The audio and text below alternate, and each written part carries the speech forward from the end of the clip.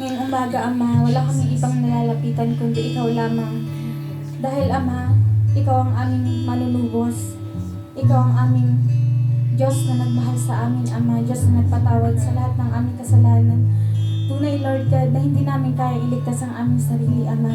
Kailangan namin ng isang banal na Diyos na nagkatawang tao upang ang mga tulad namin, Lord God, na namuhay sa laman ay maibalik, Panginoon, sa Espiritu, Ama. Dahil, Ama, tunay, Lord God, na kami lahat ay nagkasala, Ama. Lahat kami ay naging laman, Ama.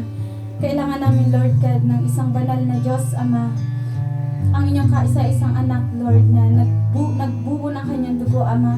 Nagbuhos ng kanyang dugo, Panginoon, at binigay ang kanyang sarili upang lahat, Ama, ng aming pain, lahat, Lord God, ng aming mga kasalanan, Ama, lahat ng aming failures, lahat, Panginoon, ng mga bagay na mali sa amin ay kanyang tubusin, Lord God. Maraming salamat, Lord, na wala kaming ibang tinatawagan, Lord God. Nakita po namin sa aming buhay, Lord, na wala kaming pwedeng tawagin, Lord God, kundi ang kaisa-isa niyong anak na si Jesus, Lord God, na siyang nagbigay ng kanyang sarili, Lord God. Siyang umibig sa amin, Lord God, sa kabila, Panginoon, na kami po ay mga makasalanan, Lord God, na siyang nagmahal sa amin sa mga bagay, Lord God, na kami, Lord God, ay maraming pagkakasala sa isip, sa salita at sa gawa, Lord. Kaya ngayong umagang ito, Lord, hinihingi namin, Ama, na kung ano man ang mga bagay na mali sa aming puso, Ama, lahat, Lord God, ang nakita nyo, ang mga failures namin, mga present and future, Panginoon, namin kasalanan. Tunay, Lord God, na inililay daw namin ito sa inyo, Lord God. At muli, Panginoon, pagtibayin nyo kami, Lord, ang lahat, Panginoon, ng mga kapatiran namin na nanghihina ang faith, Lord, mga wala dito, Ama, mga namimiss namin mga kapatiran namin, Lord God. Kung ano man, Ama, ang kanilang mga pinagdaraanan, Lord, muli mo silang pagtibayin, Ama, at muli sunyo silang tawagin dahil sila rin ay inyong mga iniibig, Ama. Ang lahat, Lord God, ng tao ay nais mong maligtas, Ama, kundi. Kaya, Lord God, pinagpipray namin ang mga lost souls, Lord God, pinagpipray namin na sila rin ay maborn again, Ama, dahil ito po ang inyong kalooban. Father God, sila po ay gamitin niyo for your purpose, Ama, for your kingdom, Panginoon, for your glory. Maging sa mga kabataan, sa mga bata, Lord God, itanim niyo yung seed, Panginoon, upang ang seed na to, Panginoon, sa kanilang pagdikay ay lumago din, Ama, at sila may tunay, Panginoon, magkaroon ng faith na nanggagaling sa inyo, Ama. At sa mga kapatiran din po namin na may mga troubles, mga burdens, Panginoon, mga worries, Panginoon, may mga pain, Panginoon, sa kanilang katawan, at mga may pinagdaraanan, Ama, mentally and emotionally, nakikita niyo ito, Ama. Tulungan mo, Lord God, ang bawat isa sa amin, Ama. At sa mga deception, Panginoon, ay binabato ng kaaway sa amin, bigyan mo po kami ng discernment, Ama. Dahil, Lord God, kami rin, Lord God, ay maaaring ma-deceive, Panginoon, ng sarili naming emosyon, ng sarili naming isip, Panginoon. Ngunit, Panginoon, ibigay niyo sa amin muli, Panginoon, yung Holy Spirit upang i-convict kami, Panginoon, upang bigyan po kami ng understanding sa lahat-lahat ng nangyayari sa aming buhay. At, Panginoon, tulungan mo kami, Panginoon, na lumayo, Panginoon, sa mga temptations, Lord God, sa lahat, Panginoon, ng ilayo mo kami, Panginoon, sa mga aksidente, proteksyonan mo kami, Lord God, sa lahat-lahat, Panginoon, na binabato ng kaaway sa amin, maging sa aming pamilya, Ama, at sa lahat ng mga kapatiran namin, Ama, na may mga pinapanalangin sa kanilang puso, o meron silang mga hinihingi sa inyo, Panginoon, ito po ay dinggin niyo, Panginoon. Kung meron man kayong ibang nais para sa kanila, bigyan mo kami ng patience, Panginoon, na tanggapin namin yung Lord God in your right time, Panginoon. At Lord God, ngayong umagang ito, handaan niyo po ang aming puso, ihandaan niyo po ang aming isip, Panginoon, sa mga banal na salita na dadalhin ni Pastor John. Ibigay niyo po ang salita niyo sa kanya, Panginoon. I-open niyo po ang aming mind.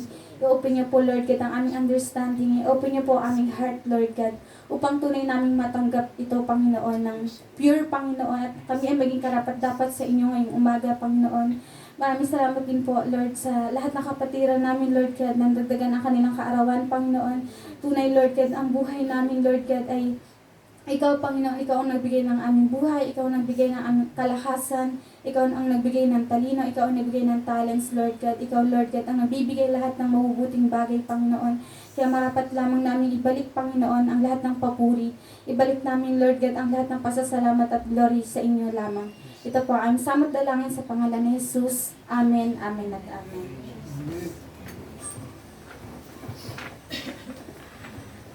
Hallelujah. Purihin ng Diyos. At binabati natin si Ate Ruby sa kanyang birthday, no? Birthday po ni Ate. Ayan, happy birthday ate. At God bless po. Dibon niyo na pa ba? Di po na, ilang taon na? Kailan po ba magdidibog? Ilang taon na lang ate? Sana lang. Wow! Malapit na pala. Di po for Opo. Invited tayong lahat, no? Sa dibo ni ate. Catering yan, catering. Malapit na po. 1 year na lang, 1 year. Ayan, so purihin po ang Diyos, no? Sa Pero ga senior na pala. biyaya po ng kaarawan na binigay kay ate po, no? Ng dakilang Diyos. At ganun din mga kapatid, no? Ipag-pray po natin yung summertime po, no? At marami tayong activities kahit po sa panahon ng tag-init. So, ano po, no? Lagi lang po tayong mag-ingat. Always tayo ay hydrated. Pag-pray natin yung bawat kapatid natin sa panahon na to. Mga kapatid, muli po, tayo po'y tumayo. Sa pagbasa po ng banal na kasulatan. Okay, basahin ko po sa inyo ang nakasulat po. No? Dito po sa Genesis, basahin ko po yung chapter 8. Genesis chapter 8. At ito po ang nakasulat mga kapatid do sa verse 20. Okay, ang sabi po rito, ipinagtayo ni Noe ng isang dambana ang Panginoon at kumuha sa lahat ng malinis na hayop, sa lahat ng malinis na ibon, at nag-alay ng mga handog na susunugin sa ibabaw ng dambana. At sinamyo ng Panginoon ang masarap na amoy. At nagsabi ang Panginoon sa sarili, hindi ko na muling susumpain ang lupa dahil sa tao, sapagkat ang haka ng puso ng tao ay masama mula sa kanyang pagkabata. Ni hindi ko na muling lilipulin pa ang lahat na nabubuhay na gaya ng aking ginawa. Samantalang ang lupa ay lumalagi, hindi maglilikat ang paghahasik at pag-aani, ang lamig at ang init, ang tag-araw at tag-ginaw, ang araw at ang gabi. Sa chapter 9 ng Genesis, basahin ko po yung nakasulat sa verse 12. At sinabi ng Diyos, ito ang tanda ng tipan na ginawa ko sa inyo at sa bawat kinapal na may buhay na kasama nyo sa buong panahon. Ang aking bahaghari ay inilalagay ko sa alapaap at siyang magiging tanda ng tipan ko at ng lupa. Let us pray. Father, bless your word sa tanghaling ito, sa kaarawan po ni ate, i-bless niyo po siya, Ama. At sa lahat ng may kaarawan din po, sa nagdaang linggo, i-bless niyo ang lahat ng mga kapatid. Yung bagong baby nila Joy, i-bless niyo po, Father God. Nakagalakan po sa pamilya nila Joy. At ikalawang anak nila. Kahit sila po ay malayo sa amin, sila ay always connected, Father God, sa inyong sambahayan. Kaya i-bless niyo sila, Father, at huwag niyo po silang pababayaan. At sa lahat din, Father God, ng may gagawin po at celebration sa summertime na ito, di pa man dumarating yung mga pinapablessed, pero Father God, bless them. Pagpalain niyo po sila. Salamat, Father, sa tirahan din po na ibinigay niyo sa isang kapatid namin. Nawa, pagyamanin niyo sila doon sa bagong tirahan nila na nilipatan. Panalangin din namin, Father God, na patuloy niyo pong i-bless ang mga kapatid sa Malolos. Huwag niyo silang pababayaan doon. Lagi niyo po silang lingapin at pagpalain. Ganon din po ang mga nasa NCR. Bless them, Father God. At naniniwala kami, Father God, na hindi niyo sila pinababayaan. Lagi kami nawa na kumonekta sa inyo. Dakilang Ama, ang inyong salita po na aming narinig, pagpalain niyo po. Basbasan nyo at kayo ang magbigay sa amin ng interpretation. Ito ang aming panalangin, tulad ng panalangin kanina, patawarin nyo kami sa aming mga pagkakasala, sa aming mga self-willed. Patawarin nyo kami, Father. Nawa, iasa lagi namin sa inyong will ang lahat ng bagay. Iasa namin sa inyong sovereignty. Iasa namin sa inyong grace upang manatili kami sa liwanag nyo. Ito ang aming panalangin. Sa pangalan ni Jesus, lahat po tayo magsabi ng Amen. Amen. Makakaupo po tayong lahat, mga kapatid. Okay, sa yugtong ito ay tapusin natin yung baha, no? Kasi for so many, hindi naman po, no? Siguro mga 2.5 weeks po, no? Na nakita natin yung tindi ng dilubyong darating, no? Sa mundo. Ang baha na ito ay nagtagal ng halos mga mga 400 days, no, 408 days, more or less. So, mga kapatid, no, isipin niyo po sa Biblia po, hinulaan din, no, na darating po ang dakilang kapighatian. Do sabihin nga natin mga kapatid, Great Tribulation. Ayan, so si Jesus Christ, sinabi niya no, na kung paano ang panahon ni Noah, the same sa panahon natin. Matthew 24, basahin ko lang po ito. No? Mateo 24, at ito ang sabi ng verse 21. Sapagkat kung magkagayoy, magkakaroon ng malaking kapighatian, na ang kapighatian na yo'y hindi pa nangyayari mula nang magsimula ang mundo hanggang ngayon at hindi na mangyayari kailanman. So, itong kapighatian na to, mga kapatid, no, ito po ay event na tinalaga na ng Diyos na mangyayari po in the near future. No? So, gaano to tatagal? Itong kapighatian sa mundo na darating. Noong panahon ni Noah, ikukumpara natin, 400 days lang. Pero itong kapighatian na to na darating sa mundo, mga kapatid, isipin nyo, 1,260 days. Ganon katagal. No? Isipin nyo po noong panahon ni Noah, 408 days lang yung tinagal ng baha. Pero patay na ang lahat ng tao nun. Ang natitira na lang sila Noah. Pero itong kapighatian na to, mga kapatid, matindi to kasi sunod-sunod yung dilubyong darating, no? Nakadetalye sa Genesis, nakadetalye ito sa Revelation. At ang matindi rito, sabi ng Bible sa atin, tatagal ito ng 1,260 araw. So kung titingnan po natin 3.5 years, 3 taon at kalahati. Sipin niyo po, no, ito ay symbolic time, no? Time element. Kasi ito pong 3.5 years ay kontrobersya. Why? Kasi tingnan nyo mga kapatid to. Nang ipadala ng Diyos si Elias, si Elijah sa Israel, na noong panahon na sumamba sa Diyos-Diyosa ng Israel dahil sa isang masamang reyna, no? Si Jezebel, na kung saan ang hari ng Israel noon, inasawa kasi siya. So, natuto ang mga tao na sumamba sa idol. Ang matindi rito, mga kapatid, no, noong araw kasi, kapag may mga idol, ang ginagawa ng iba, no, yung ancient practice ng mga tao, nagsasacrifice sila, no, human sacrifice. Naintindihan nyo po, no, ganon katindi, ganon kamorbid, no, pangit tingnan, no, na ang tao ay sinasacrifice. Sinusunog, mga kapatid. No? Matindi, no? So, ayaw ng Diyos nun di ba? Kasi hindi naman sa Diyos yun na ikaw ay magsasacrifice ng tao. So, ganun mga kapatid, no, yung iba't ibang elements ng idolatry noong araw. Alam niyo po ba na may isang rabbi sa US, no, si Jonathan Cahn, yung dating sinasambahan shalom ni tita mo. Kasi naging member si Ate Lulu ng congregation nila Jonathan Cahn. Na sikat ngayon, no, na American Jewish, na kung saan lagi siya nagsasalita sa CNN, 700 Club. So, sabi ni Jonathan Cahn, no, ang US ay parang naging Israel noong panahon ni Elias. Why? Di ba nagkaroon ng batas sa US noong panahon yata ni Obama, kung hindi ako nagkakamali, no, na ang LGBT at ang abortion ay legal, isinaligal.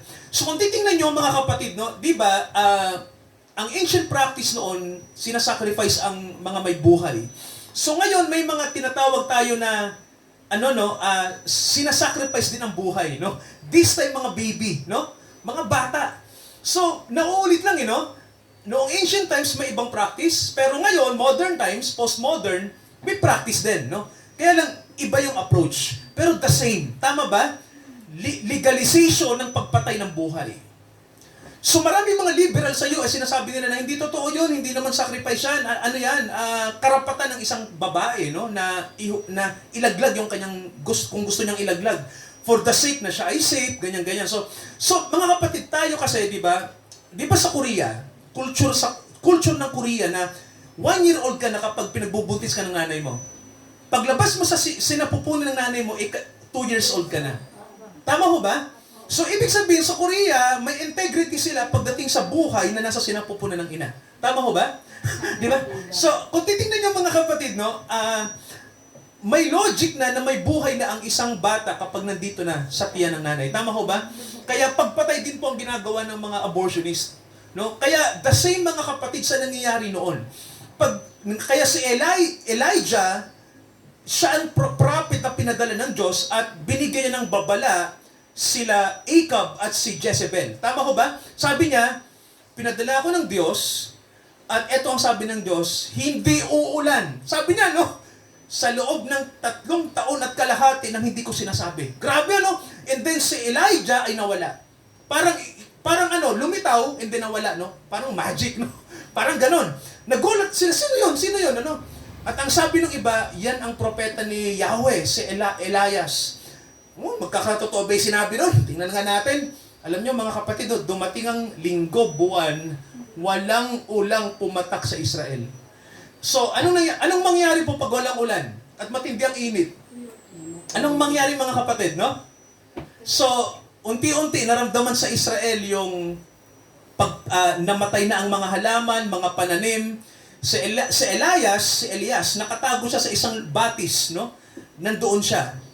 Nagtatago siya, no? Kasi syempre galit sa kanya yung king. At dumating yung time mga kapatid no na pinadadalhan na lang si Elias ng mga uwak. Yung mga uwak may kagat na mga karne kung ano-ano, binibigay kay Elias. Pero mga kapatid, nakakakain si Elias, no? Pinapadala ng Diyos. Nasa tabi siya ng ilog. Ang problema yung ilog. Yung ilog mga kapatid na iniinuman ni Elias. Dahil siya nagsabi nun no, na hanggat hindi ako nagbibigay ng declaration, yung tagtuyot mananatili. Natuyo na rin. Natuyo na rin yung kanyang yung kanyang iniinuman. Kaya po mababasa niyo sa Bible na sabi ni Elias, Panginoon, saan ako pupunta? Di ba sa loob ng 3 taon at kalahati, tagtuyo, marami nang namamatay na hayop. Sabi ni Ahab, mukhang totoo yung sinabi ng Elias na yun. Kaya ang sabi ng Diyos kay Elias, pumunta ka sa isang lugar, Elias, sa isang lugar na malayo-layo dito, no? Ikaw ay maglakbay ng panorte. Sabi ng Diyos sa kanya, kasi mayroon akong mag-ina na inihanda na magpapakain sa iyo. So, simbolo yun mga kapatid no na sa panahon ng kapighatian, ilang taon po? 3.5. Yung tagtuyo na sinabi ni Elias sa Israel, 3.5. Tama ho ba? Pero ang sabi ng Diyos, Elias, hindi ka mamamatay, may magpapakain sa iyo, mag-ina. Alam niyo po ba na simbolo po yun? Nakikinig po ba? Di ba sa panahon ng kapighatian, di ba may isasalba ang Diyos? Tama ho ba? Di ba babalik siya sa Israel? Naniniwala po ba kayo sa sinabi ng Bible, no? Ang Israel, di ba ngayon, hindi sila naniniwala kay Jesus, tama? Bulag sila. Pero pag-apak ng kapighatian, sa simula ng taon ng tribulation o great tribulation, maririnig uli, makinig kayo mga kapatid, maririnig uli ang gospel sa Middle East. Nakikinig mo ba? Mga kapatid, maririnig po, no? Isisigaw ang pangalan ni Jesus Christ. At ang matindi rito, etong matindi. Hindi na maririnig si Jesus, yung Jesus ng Bible, sa mga churches. Bakit po? Bakit pastor hindi na? Kasi mga kapatid, sa panahon na yan, nangyari na ang rapture. Someday, may mga mawawala na mga kapatid, no? Hindi na natin sila makikita. Dinala sila sa langit. At mga kapatid, sa panahon na yan, debatable yan kasi si Enoch, nang siya ay unang i-rapture, sino yung taong unang ni-rapture? Anong pangalan uli? Si Enoch. May account sa Apocrypha na nakita ng mga tao si Enoch nang siya ay kunin. Okay, meron akong propeta din na babanggitin. Sino rin yung propetang na-rapture na binanggit ko po? Na nagsabi na sa loob ng 3 taon at kalahati. Sino po yan? Si Elijah. Tama, si Elias. Si Elias mga kapatid, ganun din na nangyari. Amen po ba? Di ba? Nang matapos na ang kanyang misyon, paano siya ni-rapture ng Diyos? Alam niyo ho ba? Anong nakalagay sa Bible? Di ba habang si Elijah ay kasama niya yung kanyang disciple, no, si Elisha, di ba may dumating na isang chariot of fire? Tama ho ba? Galing sa langit. Mga kapatid, no? At dinagit si Elias. Tama ho ba? Pagdagit, dinala siya sa langit. May naiwan nga lang na balabal. Pinulot yun ni Elisha. So mga kapatid, ilang taon ang tagtuyo sa Israel? 3 and 3 taon at kalahati. Okay, may isa pa po no, na symbolic number ang 3.5. Ito matindi. Nang ang Panginoon natin, nakikinig po, nang mag-umpisa siyang mangaral sa Judea, sa Israel din po. Kasi ang pangalan ng Israel noon, Judea, ng panahon ng Roman Empire. Nang magdeklara na si Jesus, sa unang taon na sinasabi niya na ito ang taon ng Jubilee, yung taon ng paglaya, di ba? Dineklara niya yung Jubilee, nang siya ay nasa Capernaum. Naalala niyo po ba mga kapatid, nung nakasulat sa Lucas? No? Mababasa niyo sa Bible na sabi ng Panginoong Jesucristo, nang ideklara niya, di ba, na narito ang Espiritu ng Diyos ay sumasa akin. Anong sabi niya ron? At tinalaga siya, tama ho ba? Na ang sabi niya roon para palayain ang mga bihag, no? Magbigay ng liwanag sa mga nasa dilim, di ba? Dineklara niya yung kalayaan. Alam niyo ho, mula noong ang Panginoon ay nangaral, mula noong oras na yon hanggang sa cross, hanggang sa kanyang crucifixion. Mga kapatid, tingnan nyo. 3 taon at kalahati. 3.5 years. Napansin nyo mga kapatid, no, yung number na yan. At mga kapatid, tingnan nyo po, no? Isipin nyo to, 3.5, mauulit sa future, pero yung 3.5 ay Great Tribulation. So mga kapatid, dakilang kapighatian. Papasok ang mundo sa kapighatian, no? At eto po, basahin natin yung 24 ng Matthew. Tingnan nga natin mga kapatid, no? Ipagpatuloy natin yung pagbasa. Okay. Okay, sabi rito, mga kapatid, no? Verse 22, tingnan nyo ang sabi. Anong sabi? Okay. Mga kapatid, tingnan natin ang Bible kasi sa Matthew 24, verse 21 hanggang 22, okay, eto sa 22 po, no, may sinabi ang Panginoon dito, no, sa tinatawag na kapighatian. Okay, pansinin niyo po ang sabi. Tingnan niyo po malibang paikliin ang mga araw na yaon. Bakit may sinabi ang Panginoon na malibang paikliin? Walang taong makaliligtas. Nabasa niyo po, no? Sabi ng Panginoon, maliban na paiksiin yung tribulation na to, walang taong makaliligtas. Sa palagay niyo mo, bakit sinabi ng Panginoon yan? Malibang paikliin. Yan o. Napansin niyo po ba? Kasi mga kapatid, ganito. Di ba iniisip natin, sa Bible, ang Diyos ay nagbibigay ng revelation sa 7 numero.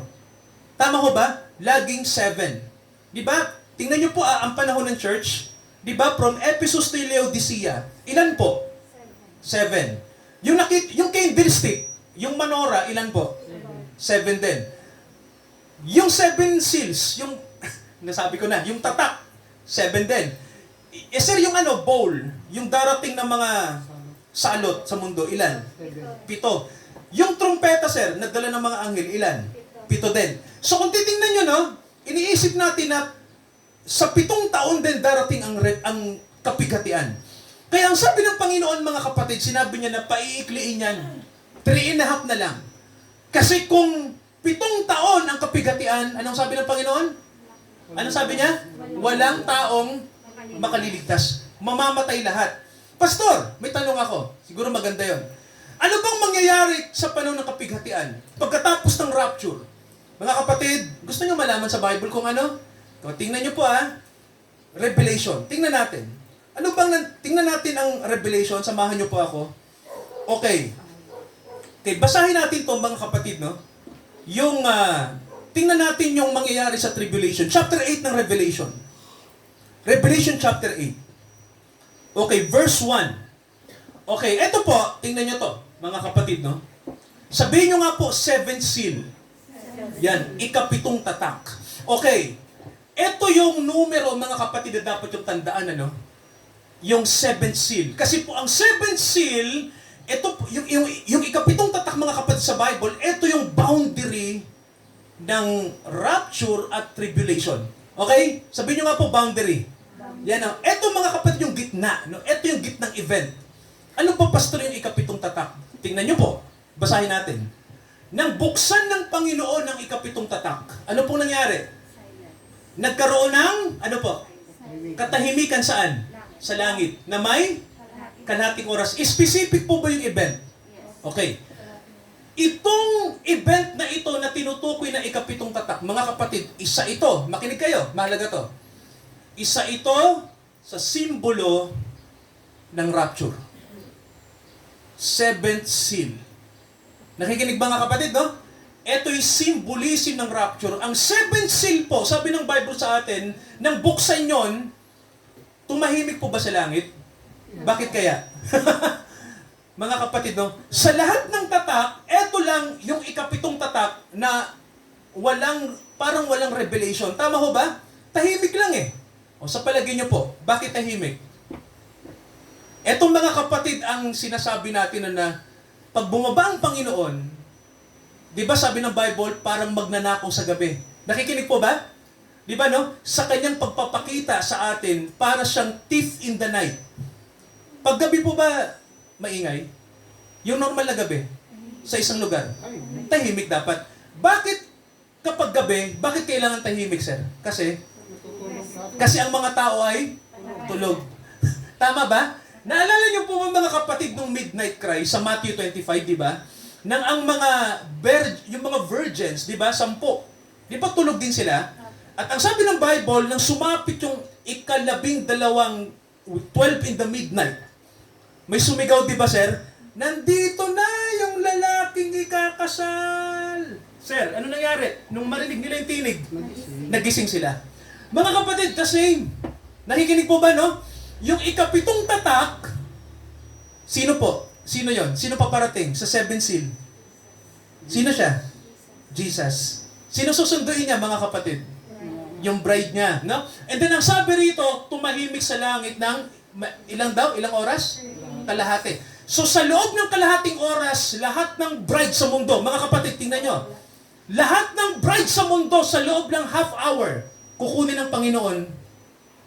Di ba, Pastor, in a twinkling, di ba ganon?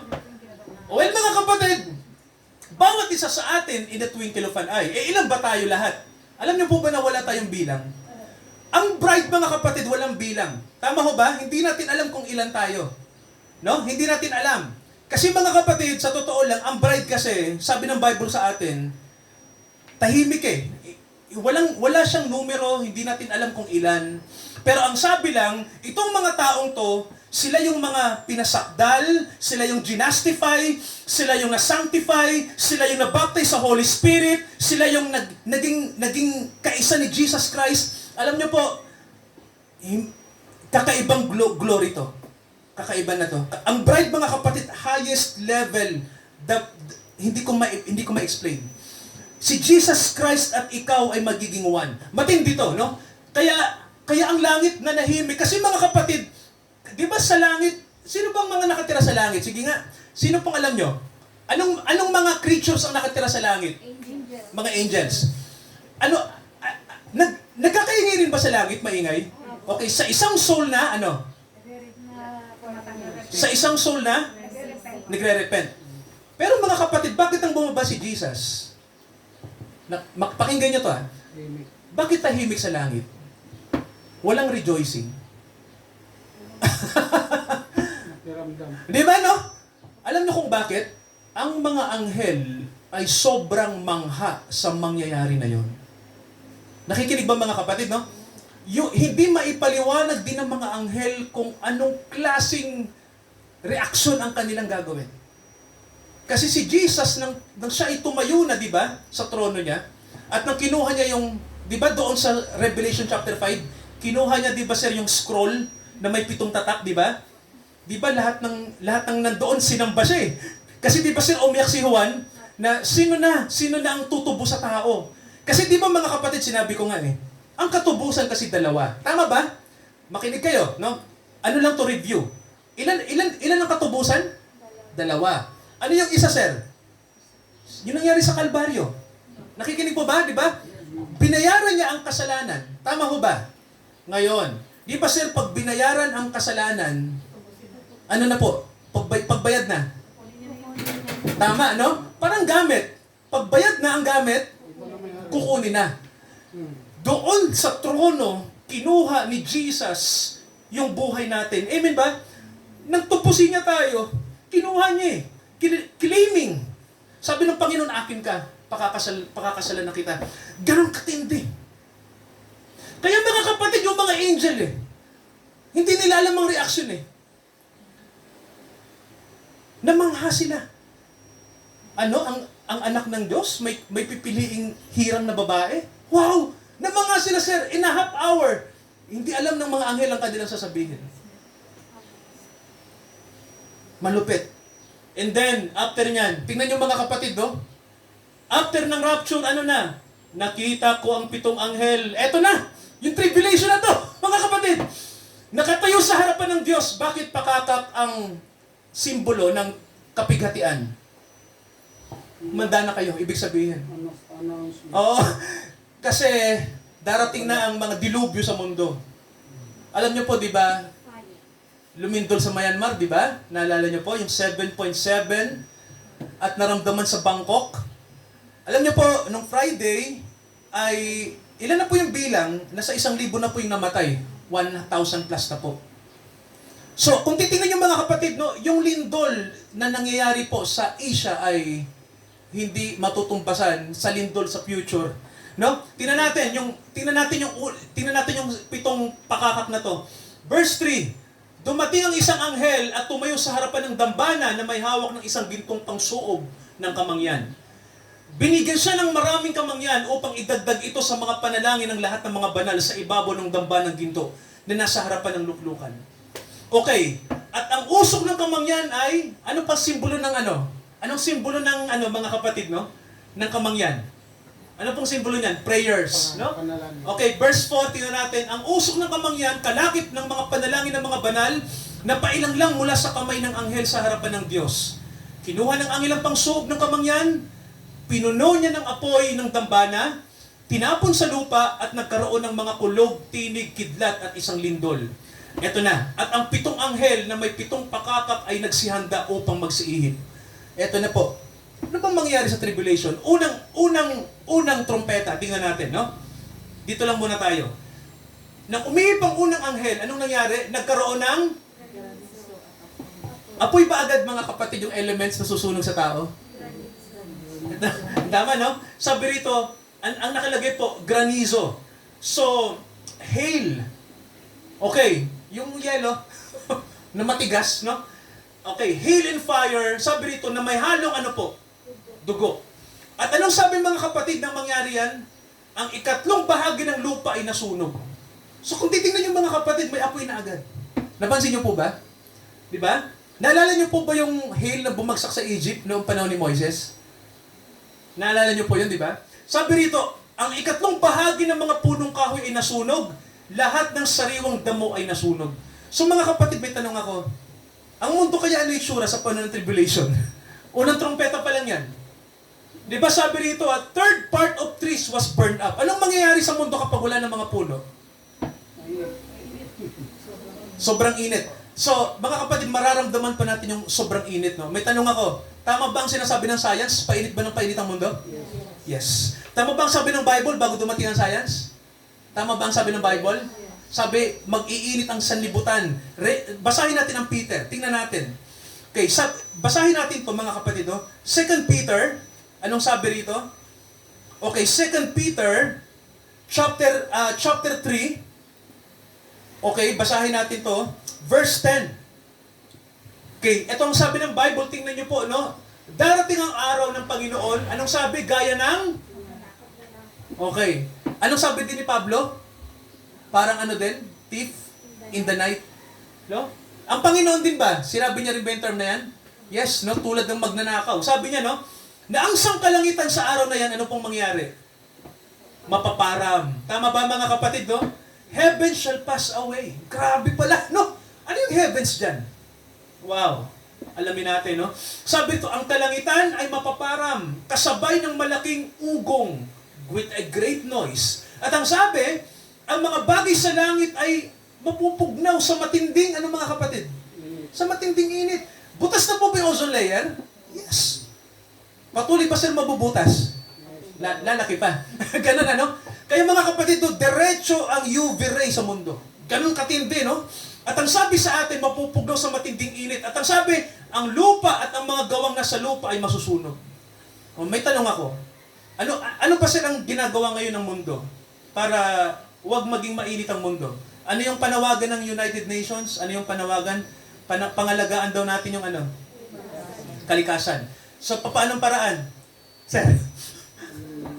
No? Di ba may panawagan ngayon, di ba? Na magtanim tayo, ayusin natin ang mundo.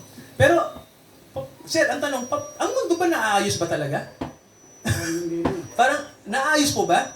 Well, alam niyo po, mayroong bintang no, sa mga Christians, lalo na sa mga conservative, no, tulad po natin.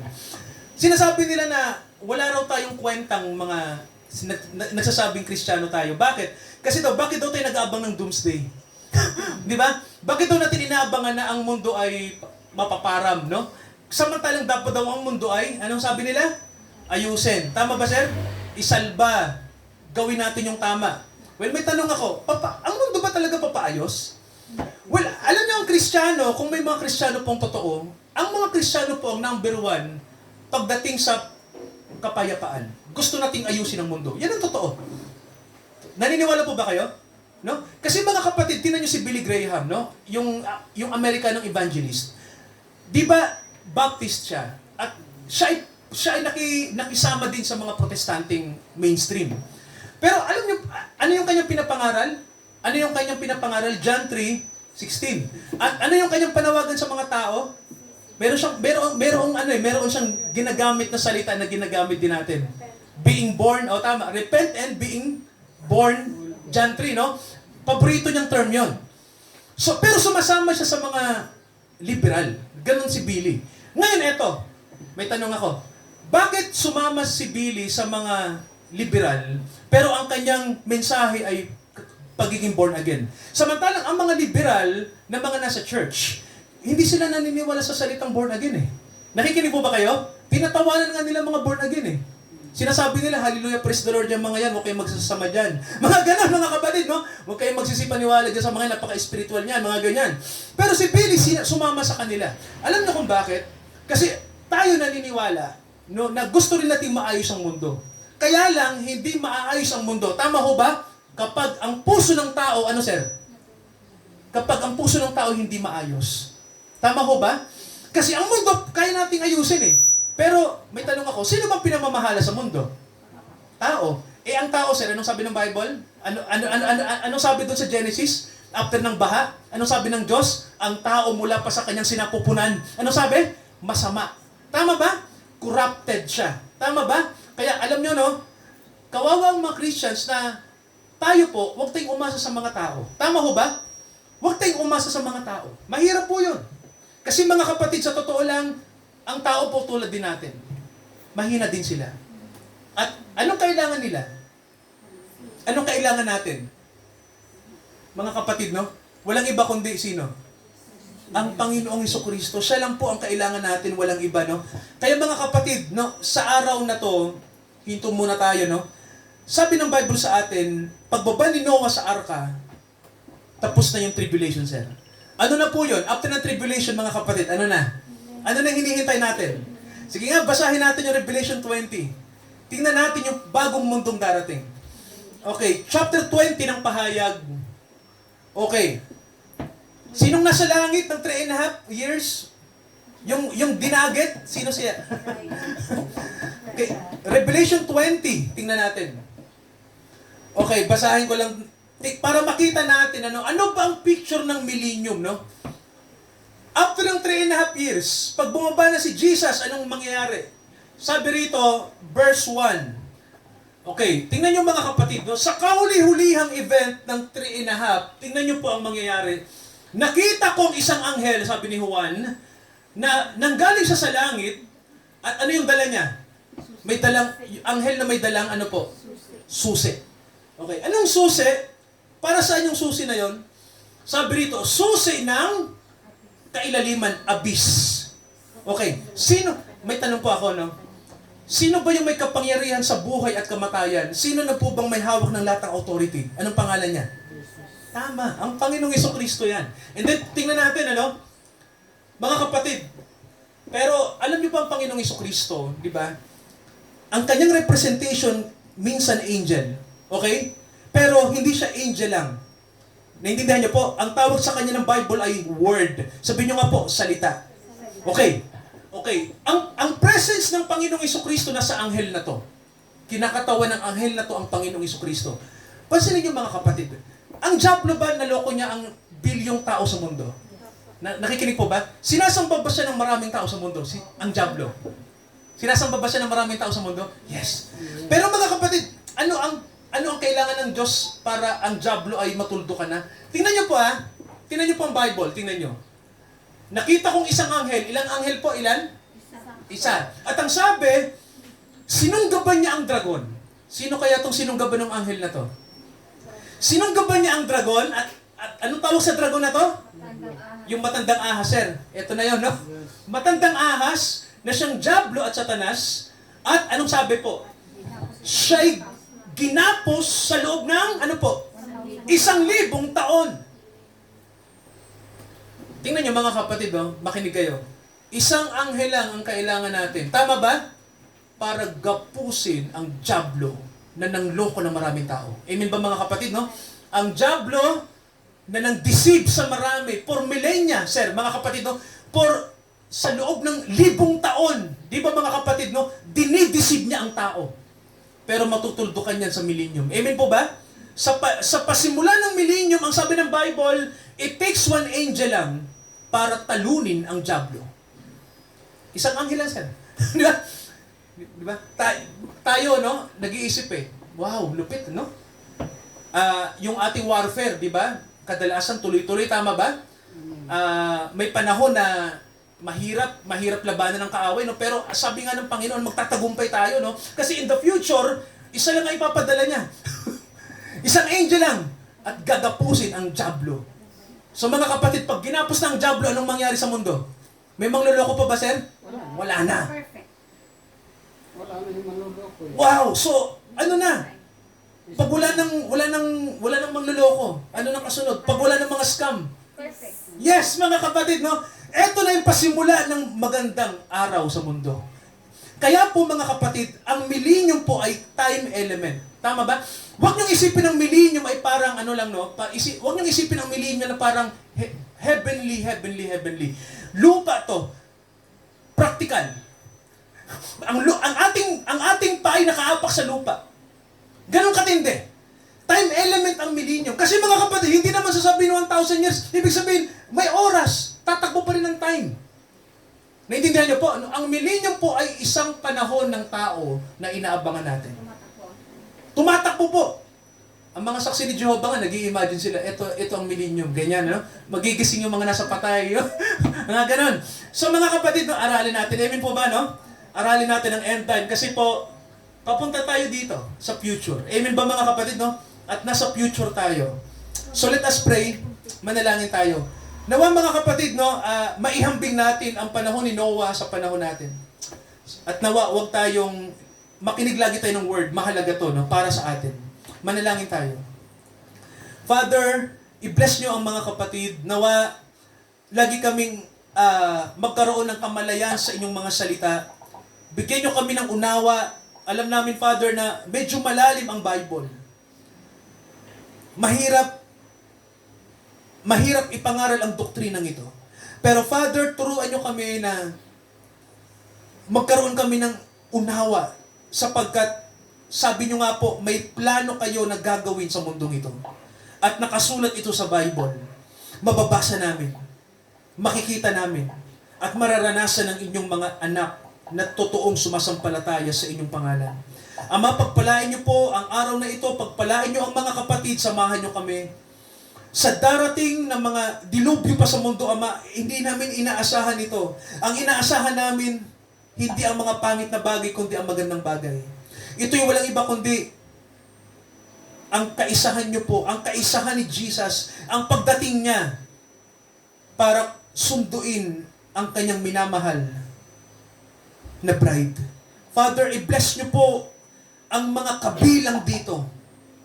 Magkaroon kami ng kasabikan, eagerness, paglilingkod, Huwag kaming tumigil sapagkat kung totoo kaming bride, Father, we are expecting the Lord Jesus Christ anytime, anywhere, nasaan man kami, nananabi kaming makita ang salita nyo, makita ang inyong buktong na anak, sapagkat magkakaroon ng grand wedding in heaven.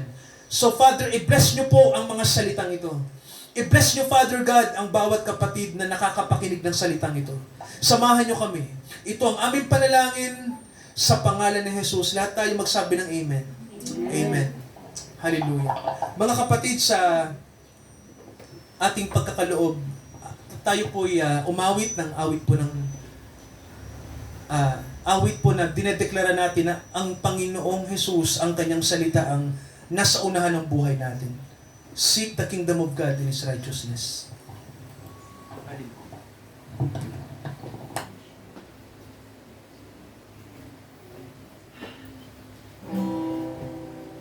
Seek ye first the kingdom of God and His righteousness,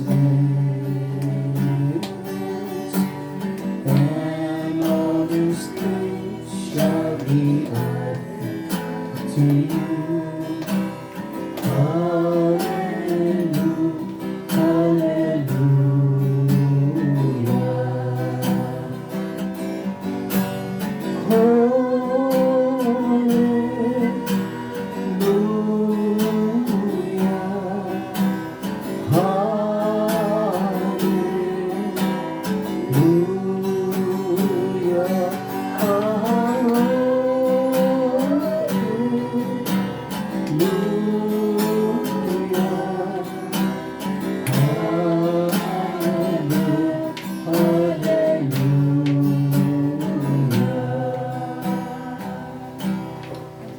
Napay tumayo, mga kapatid, sa panalangin po sa paghahandog, Sir Alan. Lord God, maraming salamat po. Narito po ang aming mga handog para sa ikabubuti ng Iglesia, Lord. At ito'y pagpalain mo ang lahat ng nagbigay nito ng siksik-liglig at umaapaw. Lord, naway magamit lamang ito ayon sa iyong kalooban. At lahat ng ito, Lord, ay matulungan ang nangangailangan ng mga kapatid, lalo na sa panahon ng pag-aakay ng kaluluwa. Ama, paramihin mo po ito at ito'y dagdagan niyo po ng siksik-liglig at umaapaw. Ito ang aming panalangin. In the name of the Lord Jesus Christ. Amen. Hallelujah. Amen. Manalangin tayo muli. Dakilang Ama, kung paano nyo kami sinamahan ngayong tanghali, hapon, samahan nyo rin po ang gawain mamayang gabi sa De La Costa. Ang mga kapatid namin sa Caloocan. Bless them, Father God. At ang biyaya nyo po'y ibuhos nyo sa mga kapatid namin. Ama, ganun din po sa mga makakapanood po ng mensaheng ito. Kayo magbigay ng liwanag sa amin, liwanag sa kanila, upang makapiling namin sila sa panahon na ito ng rapture. I-bless nyo po, Father, ang mga kapatid sa inyong sangbahayan. Gawin nyo kaming daluyan ng biyaya, daluyan ng inyong katuwiran. Mahalaga, Ama, sa panahong ito, na maipakilala namin ang Panginoong Jesucristo bilang paparating na hari ng mga hari at Panginoon ng mga Panginoon. Sa kanyang pagdating, dakilang Ama, hindi na siya manunubos. Sapagkat sa panahon ng rapture ay ikiklaim niya na ang kanyang mga tinubos. Nawa, Ama, kabilang ang mga anak nyo sa samahang ito. Sapagkat naniniwala po kami sa grasya nyo na ang biyaya nyo lamang, ang inyong habag lamang, ang nagdala ng kaligtasan sa amin. At lumago kami sa biyaya. Ama, samahan nyo ang inyong sangbahayan. Samahan nyo ang lahat ng aming mga kapatid na patuloy silang nangangaral. Patuloy silang nag-aakay ng mga kaluluwa. Patuloy silang gumagawa para sa pangalan nyo. Ama, gamitin nyo kami sa mga huling araw na ito. Bago dumating ang Panginoong Hesus sa panahong ito in our lifetime. Dahil siya'y darating at ngayon, dakilang Ama, ay pinakikita nyo po ang mga major events sa mundo. Kaya dakilang Ama, we are expecting something sa inyo na kung saan magigimbal ang mga tao. Nawa po kaming lahat, hindi kami magimbal, bagkus magalak. Sapagkat sa pagdating ng Panginoong Jesucristo, kami ay magiging katulad niya. Sa Diyos na tumawag sa atin sa biyaya, samahan niya tayo, gabayan niya tayo. Manatili tayo sa kanyang salita. Magpalalim tayo sa kanyang salita. Sumunod tayo sa kalooban niya. Para sa ating ikagagaling. Para sa ating ikalalakas. Ngayon hanggang sa muling pagbabalik ng Panginoong Jesus sa mga huling araw na ito. Amen, amen at amen. Amen. Amen. Amen.